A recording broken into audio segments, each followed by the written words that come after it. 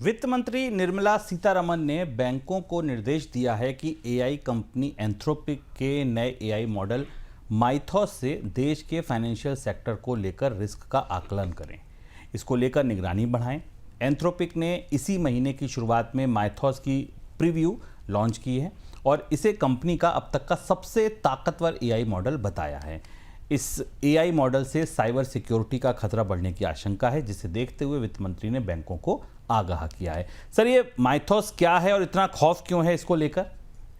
ये बेहद दिलचस्प कहानी और ये कहानी जानना आपके लिए जरूरी है कि एआई की ये पहली ऐसी कहानी है जहां एआई समस्या का समाधान भी है और खुद समस्या भी है। और ऐसा आमतौर पर पुराने विज्ञान की चर्चाओं में आता था। यहां आप माइथॉस एक हाथ से जिस समस्या के समाधान को लेकर आया है, उसी दूसरी तरफ उसी समस्या की वजह या उसी डर की वजह बन रहा है। पहले दो तीन किस्से महत्वपूर्ण सुनिए कि माइथॉस को लेकर। माइथॉस एक साइबर सिक्योरिटी सॉफ्टवेयर है, एक सिस्टम है जो एंथ्रोपिक ने अपने एआई पावर्स के साथ डेवलप किया है, जो किसी भी सिस्टम के भीतर जाकर वहां की जो वल्नरेबिलिटीज हैं, जो साइबर सिक्योरिटी के हमले के खतरे हैं या जो वीकनेसेस हैं, उनको समझने की कोशिश करता है। तीन ऐसे किस्से हुए जिस किस्से के बाद पूरी दुनिया में माइथॉस को लेकर सनसनी फैल गई, डर फैल गया। हालांकि भी ऑफिशियली इसको माइथॉस को ना तो लॉन्च किया गया है, रेगुलेटर्स के पास इसके कोड हैं। वो तीन किस्से सुनिए, उन किस्सों के साथ फिर आपको समझ में आएगा कि भारत के वित्त मंत्री को रिजर्व बैंक के साथ बैठकर बैंकों को इस नए एआई सॉफ्टवेयर से बचाने की कोशिश क्यों करनी पड़ी। हालांकि इसका इंप्लीमेंटेशन अभी दुनिया में कहीं भी नहीं हो रहा है। हुआ ये कि एंथ्रोपिक की एक इंटरनल सेफ्टी टेस्टिंग चल रही थी। इसको सैंडविच ईमेल कहते हैं। माइथॉस की दुनिया में या एआई की दुनिया में इसकी खासी चर्चा है, पर बड़ा दिलचस्प घटनाक्रम है। तो जो माइथॉस का एक इंजीनियर था, वो इसके सैंडबॉक्स में इसकी टेस्टिंग कर रहा था। तो जो रिसर्चर था, उसने टेस्ट को काम पे लगा दिया और बाहर पार्क में जाके सैंडविच खाने लगा। उसे थोड़ी देर में अपने मेल बॉक्स पर, मोबाइल पर एक मेल दिखाई दी, जो इस सॉफ्टवेयर ने, जो माइथॉस के प्रोग्राम ने सैंडबॉक्स को तोड़कर भेजी थी। और उसके बाद एकदम सनसनी फैल गई पूरे एंथ्रोपिक के सिस्टम में, क्योंकि जिस सिस्टम को के भीतर से लगाया गया था, जिस सैंडबॉक्स के जरिए इसको सिक्योरिटी देने की कोशिश की गई थी, उसी को उसने तोड़ दिया और जो गार्ड रेल्स थी उनके अगेंस्ट जाकर संकेत दिया। यह पहला संकेत था। दूसरा एक और बेहद दिलचस्प घटनाक्रम जो माइथॉस को लेकर हुआ ग्लोबली, जिसका की काफी चर्चा रहती है, कि एक नॉन सिक्योरिटी एंथ्रोपिक इंजीनियर था। उसने ये एक रियल कोड बेस और एक रिमोट कोड के एग्जीक्यूशन की जांच इस सॉफ्टवेयर को दी अपने सिस्टम में, और वो सो गया।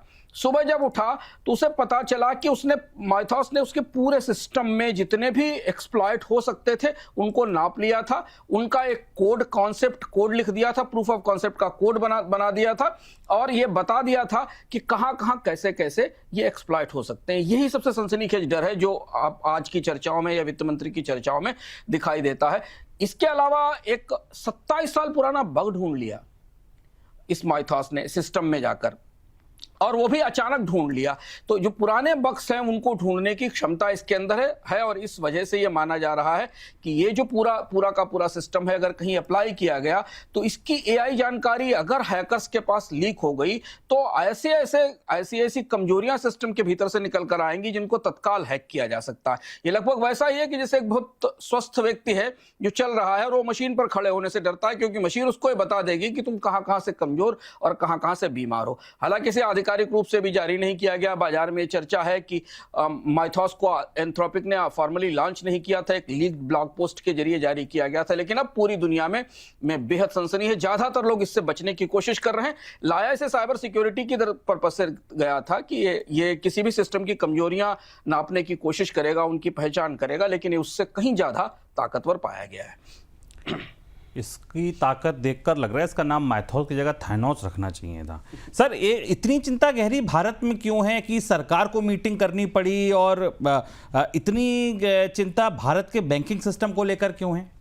देखिए, भारत के बैंकिंग सिस्टम वैसे भी कमजोर हैं। आप हमेशा हैक सुनते, छोटी जगह हैक, आधार का सिस्टम हैक होता है, यूपीआई के सिस्टम हैक होते हैं। तो हम तो हैक के आदी हैं। हमारे यहाँ तो रोज कोई ना कोई सिस्टम हैक होता, तो हमारे सिस्टम्स और भी वीक हैं। इसलिए सरकार के भीतर इतनी सनसनी फैली, क्योंकि ये सिस्टम मूलतः किसी भी व्यवस्था के अंदर माइथॉस भीतर जाकर ये जान सकता है कि कहाँ आप कब हैक किए जा सकते हैं, और अगर वो इंफॉर्मेशन कहीं लीक हो जाती है तो कोई भी हैकर उतनी गहरी वल्नरेबिलिटी का इस्तेमाल कर सकता है। और एक बार दुनिया के इतिहास में तमाम किस्से हैं, आज उसका समय नहीं, लेकिन इस तरीके के हैक्स जिसमें कि कंपनी की बैंकों के सेंट्रल सिस्टम्स बंद कर दिए गए, सेकंडों में बैंकों से बड़ी राशि निकाल ली गई, ये सारे घटनाक्रम इतिहास में दर्ज रहे हैं। तो भारत में ये है कि भारत में के सिस्टम्स अभी उतने मजबूत नहीं है। आज की जो कल की बैठक हुई थी जिसमें वित्त मंत्री और आरबीआई के अधिकारी मौजूद थे, उसमें उन्होंने सारे सीईओज को, पब्लिक सेक्टर बैंक्स को बुलाकर जानने की कोशिश की कि वो अपना एक्सपोजर मैप बनाए, इंटरनेट रिस्पांस रेडीनेस को समझने की कोशिश करें। पता नहीं कहां से कौन सा सिस्टम कहीं से भी आकर अगर किसी भी बैंकिंग सिस्टम के अंदर माइथॉस आ गया परोक्ष रूप से, तो वो उन कमजोरियों का पता चलाएगा जो बाद में खतरनाक हो सकती हैं। इसके अलावा सारे लेगेसी सिस्टम्स का एक्सपोजर समझने की कोशिश की गई है। खासतौर से खतरा 3 जगह सबसे ज्यादा है। एक तो यूपीआई पे जो पेमेंट इंफ्रास्ट्रक्चर है जो वैसे ही कमजोर है, आईएमपीएस पर है और एनईएफटी पर है और कार्ड नेटवर्क्स हैं। ये 4 बड़े हिस्से हैं जहां ऐसा लग रहा है कि अगर माइथॉस, जो कि समाधान के लिए लाया गया, अगर उसका इस्तेमाल शुरू हुआ और इसमें जो जानकारियां निकली हो बाहर गई तो खतरा हो सकता है। तो एआई का समाधान फिलहाल अभी लोगों को डरा रहा है, जबकि इसे बनाया इसीलिए गया था कि ये सिस्टम्स को और ज्यादा मजबूत और ज्यादा सुरक्षित और चाक चौबंद करेगा।